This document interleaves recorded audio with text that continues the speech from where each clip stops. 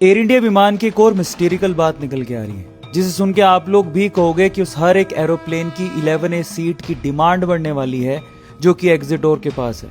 मैंने पिछली वीडियो में भी आपसे कहा था कि हम किसी सिमुलेटेड वर्ल्ड में जी रहे हैं, और अब जो मैं आपको बताने वाला हूँ वो उसका एक पुख्ता सबूत है। देखिए, अहमदाबाद का ये विमान हादसा बहुत ज्यादा दुखद है, लेकिन इसमें भी दो बड़े चमत्कार देखने को मिले जो आपका भगवान पर विश्वास बढ़ा देंगे।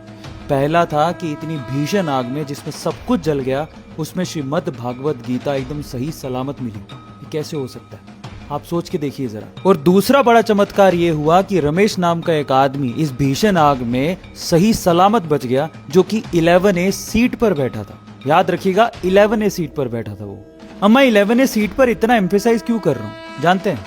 अब आप इसे कोइंसिडेंस कहें या चमत्कार कहें, लेकिन आज से ठीक 26 साल पहले 1998 में ऐसा एक विमान हादसा थाईलैंड में हुआ था, और उसमें भी इस विमान में जो 11A सीट पर बैठा था ना, वो आदमी जिंदा बच गया था। वो एक थाई एक्टर और सिंगर है जिसका नाम है रोंगसक लोएचसक। और अब हो सकता है कि कई लोग कमेंट्स में कहें कि ये क्या बात हो गई, कुछ भी, लेकिन मैं आपको बता दूं कि जो लोग न्यूमरोलॉजी में विश्वास रखते हैं उनको ये पता है कि यूनिवर्स की भाषा मैथमेटिक्स यानी कि गणित ये अंक ही हैं।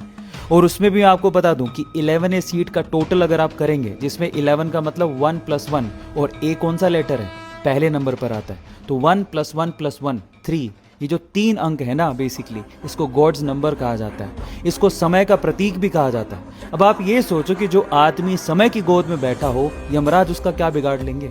और ऊपर से जो 11 नंबर होता है यानी कि 11 नंबर, उसको नई शुरुआत का नंबर कहा जाता है। तो हो सकता है कि रमेश बाबू की नई शुरुआत हो रही है जिंदगी की।